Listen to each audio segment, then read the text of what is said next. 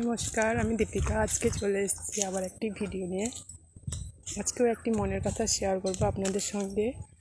এখন দুপুর, মেয়ে এখনও ঘুমায়নি, তাই ওকে নিয়ে একটু ঘুরছি রাস্তায় কী করবো, নেওয়ার তো কেউ নেই, একা নিয়ে ঘুরছি। তাই আর কিছু কথা মনে এলো, তাই শেয়ার করব আপনাদের সঙ্গে।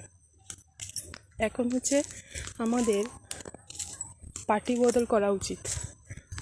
পার্টি মানে রাজনৈতিক পার্টি নয়।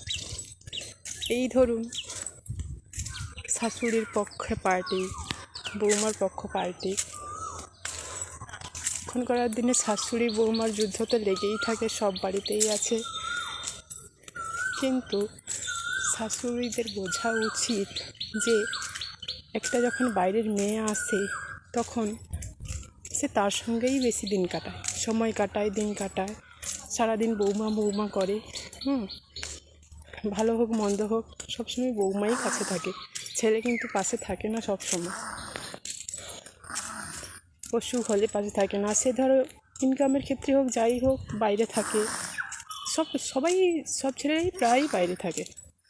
সঙ্গে থাকে কে? একমাত্র বৌমা, সেই পরের বাড়ির মেয়ে। কিন্তু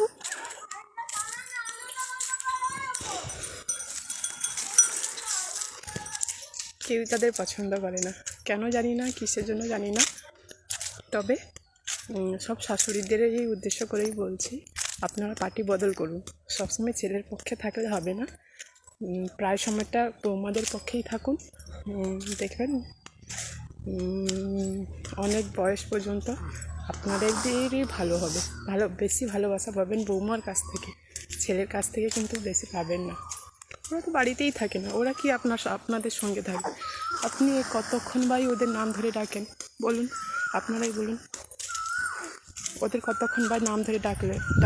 সারাদিনে একবার হয়তো ডাকেন, কিন্তু বৌমাদের নাম তো সারাদিনই জপ করেন। বৌমা এটা এনে দাও, বৌমা সেটা এনে দাও, বৌমা এটা হলো না, বৌমা সেটা হলো না। বলুন ঠিক কথা বলছি কি না? তাই বলছি, রাজনৈতিক পার্টি আপনাদের ব্যক্তিগত ব্যাপার, কিন্তু এই পার্টিটা বৌমাদের সঙ্গে থাকুন, দেখবেন ভালো কাটবে জীবন।